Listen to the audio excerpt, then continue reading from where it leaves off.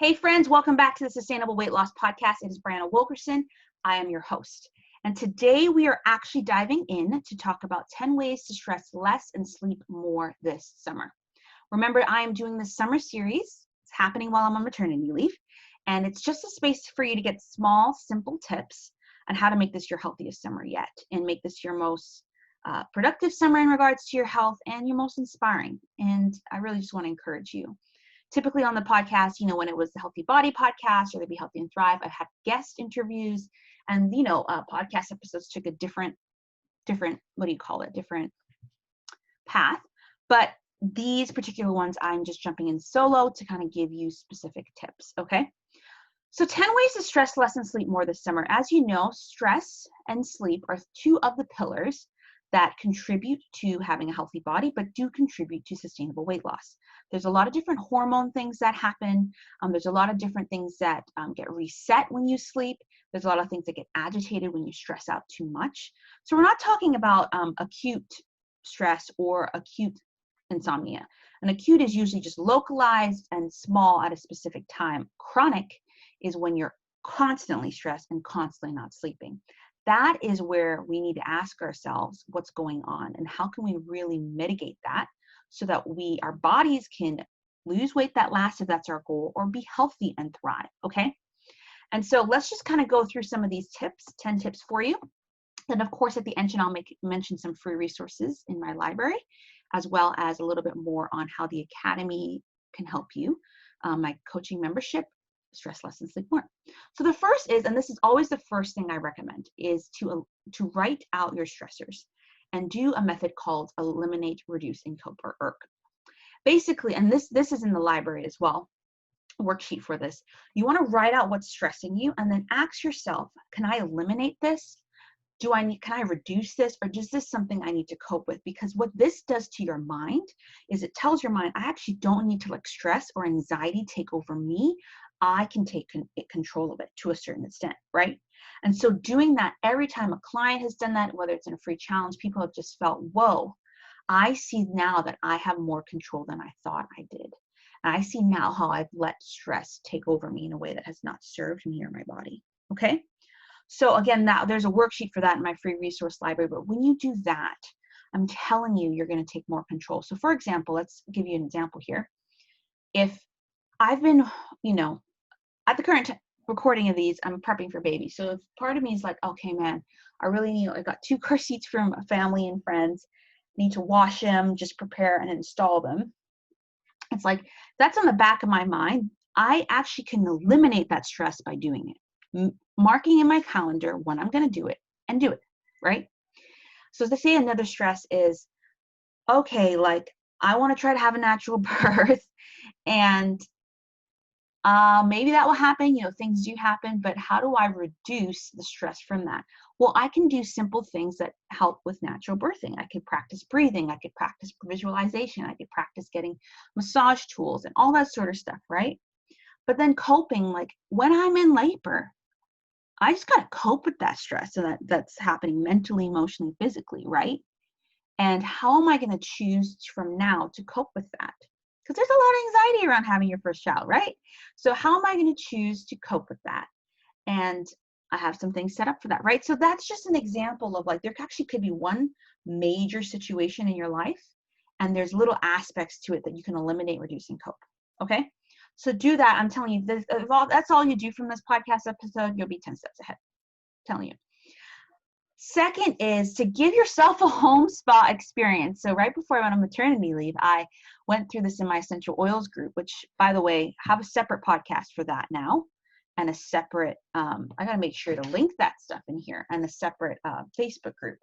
Main reason why, I just think it's a different game, different focus, and I wanted to separate them out. So I know in the past there might have been essential oil features, and I'll still do 1 or 2 times from time to time, but now I have a podcast designated just for that. So there you go. But giving yourself a home spa experience, because the reason why I say home spa is because maybe spas are open up right now, but you are like hesitant to go because guess what? You're just nervous. Well, if you're feeling stressed out in general, or you just need to sleep more and relax, the spa experience will always do it for you. But you can do that on your own. You don't need to, you can go do your own pedicure. You can do your own Epsom salt bubble bath with essential oils. There's so many things that we can do at home to really care for ourselves. So I have, while being pregnant, I've had to have at least 1 or 2 baths a week just because my body feels tension and all that stuff. The baby's growing and all this stuff. And giving myself a home spa experience has been super amazing for me and has reduced my stress and helped me sleep a little bit better. Okay, so that's number 2. 3, take a day off from all your duties. And I'm talking about your work duties. I'm talking about your mom duties. Well, I don't know if you can really take a day off from your mom duties all the time, but just really allowing yourself at least 1 day a week. But if you can't do that, 1 day, like every other week, where you're just being, where you're allowing yourself to read, you're allowing yourself to nap, you're allowing yourself to sleep. Because I'm telling you, that prepares your mind and your body and your heart for when you're back into the work week or back into that stressful situation. And you will sleep better because of it. For me, I'm working a little, I'm recording these on a Saturday. I'm working a little bit this morning, but my idea is in the next couple hours to be done. And then, basically from lunchtime to Sunday lunchtime, I'm going to kind of try to do what I'm telling you, taking a day off. And then I'll do some more stuff after, right? So I think that has helped me just realize, like, I'm not what I do. And as an achiever, I struggle with this sometimes, but if I actually tell myself to achieve rest, I'll do it, right? So that has helped me stress less and sleep more. 4, sleep days on vacation. So I'm telling you, pregnancy puts so much things into perspective for you, but if you just need to catch up on sleep, please do. Just take a day where you're like, I'm going to take as many naps as I need. It is so amazing, actually. Maybe this is on your day off from all your duties, maybe. Or take a vacation where you can do things that are fun and enjoyable, and it's not about what you do. As women, we have so many things going on. I work with a lot of women who have kids, whether younger or older, or involved in a lot of things, and there's so many things, and it's just sometimes we struggle to just give ourselves a day off. So sleep days. Take as many naps as you want, okay? 4, technology fast. So we're more connected than we ever have been before, and that stimulates your mind, and that can stress you out. So fasting either from a certain time, like I find that if I'm like, okay, from 9 p.m. to 8 a.m., I don't want to check my phone for a certain period. Real reason why is because I just want to allow myself to go to bed not thinking about everything else happening in the world, and wake up in prayer and all these different things, right? So it can be technology fast for a period of day. It could be for a day. It could be for a week. I'm telling you, that's going to just help reduce your stress. And if particularly you're checking it a lot at night, it can help you with sleeping. So the first 5 so far is to eliminate, reduce, and cope with your stressors. Give yourself a home spa experience. Take a day off from all your duties, sleep days and vacation, and technology fast. The next 5 are stick to a good sleep schedule during the week and even on the weekends. So, your summer schedule, things are a little off. Like you just, maybe your kids aren't going at the same time to school and all that sort of stuff. But try to stick to a consistent schedule, because your body, your circadian rhythm and all that sort of stuff gets used to that, and it can start to go to sleep on its own and wake up early on its own. Okay? So that's good for your body and your mind, is to actually stick to a sleep schedule. 7 is talk your stressors out. Like I find that one of the best ways for me to, maybe it's like punching my stomach right now, is when I talk a lot. She's like, I'm here too, talk to me. And I'm like, I'll talk to you after I'm done talking to people on the podcast.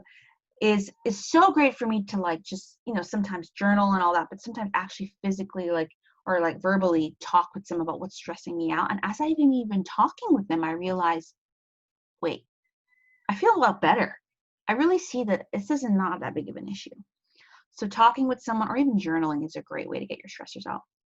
8, I'm not wearing them now, but blue light goggles. So if you expose yourself to light a lot at night, whether it's a bright light above, TV, computer, it's not that that's bad, but you are exposing your body's producing, I think, less melatonin, not melanin, that's your skin, melatonin, which helps you sleep and helps your body unwind. So by blocking out that particular light, you're allowing your body to kind of still go on that regular circadian rhythm. So I said blue light goggles. I meant blue light glasses. You can use goggles too if you want. 9 is to put dark shades in your house. So when you go to sleep, you want to have your room as dark as possible, because light, again, will tell you that, hey, you're up, you're going. And I don't know if you guys can hear this. This is a side note, but this old house that I live in, I love it, but I hear the roosters crowing right now. Maybe you can too. My husband out there is on another call and he's laughing. It's great. It's fine. I'm just letting you know this is real life. But if you hear, that's what's going on around me. That's what's going on. Roosters have been crowing for at least 3 hours. Anyways, dark shades. And then the 10th thing is to delegate and ask for help. And I think this will help with stress and sleep in multiple ways, because I think as women, we often think we need to do everything, but we need to ask for help, whether it's from a family member, a friend, our kids, we need to ask for help. So I knew that in preparing for this child, I could not do it all alone. I've done a lot of things, but certain things, like, I'm like, I don't want to put together the stroller or the car seat. Can you help me, Tony? And he's like, yeah, sure. Right. So that is a stressor. I want to get that done before I go into labor, but hey, like that, I don't need to do that. I have other things that I can do, right? Packing the bag and all that sort of stuff. So delegating and asking for help has been a game changer for me in my personal life, but also particularly in business, getting help, and also at my nonprofit job, delegating and asking for help, right? So important. And I'm telling you, reduce your stress. And when you reduce your stress, you also sleep better. Just letting you know. Okay, let's review the 10. There's a lot of big tips in here, but even if you leave, I just really encourage you to pick 1 or 2 that you're going to implement. So eliminate, reduce, and cope with your stressors. 2, give yourself a home spa experience. 3, take a day off from all your duties. 4, sleep days and vacation. 5, a technology fast. 6, stick to a good sleep schedule during the week, especially, but on the weekends you can, divert a little bit. But if that's going to throw you off, just try to stick to it on the weekends. 7, talk your stressors out. 8, use blue light glasses or goggles. And 9, dark shades. 10, delegate and ask for help. Okay, so those are your 10 tips. Hopefully that really helps you there. And in the free resource library, if you're like, okay, I want some things to help with this more, I have some other past podcast episodes in there, or you can even just scroll down here. One on kicking anxiety naturally, one on yoga and meditation, sleep tips for mamas and babies. There's also the, if you want the sheet for the eliminate, reduce, and cope worksheet, that's in the free resource library. So make sure you join up for the free resource library. And then again, if you want further support on this, because it might be easier, like, oh, these are great tips, but what about my unique situation? I want to talk it out. Check out my academy, my coaching membership. So if you go to the link attached here, or madewell345.com/academy, you'll find the details. You can join the wait list. And again, if the more women that join the wait list in the summer, I'll notice that, and I might open up private enrollment, so you can even get help this summer, okay?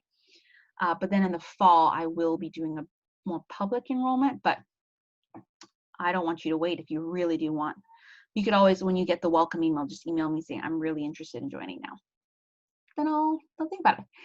But I do have a 3-part series called Stress Less and Sleep More in the Academy that goes more into details on what happens to your body when you're stressed and when you don't sleep, and how that really impacts your weight and your health, and what you can do through self-care to really combat that. Using some of these things here, I suggested, but even more tips and resources as well. Okay, so check out the free resource library and then join the free Facebook group, but also join the waitlist for the Academy so you can get some more coaching support where I show up live, match you with accountability partner, all that sort of stuff. Okay, that's it. Hope you enjoy this episode. I hope you're having a great summer, and I'll see you on the next one.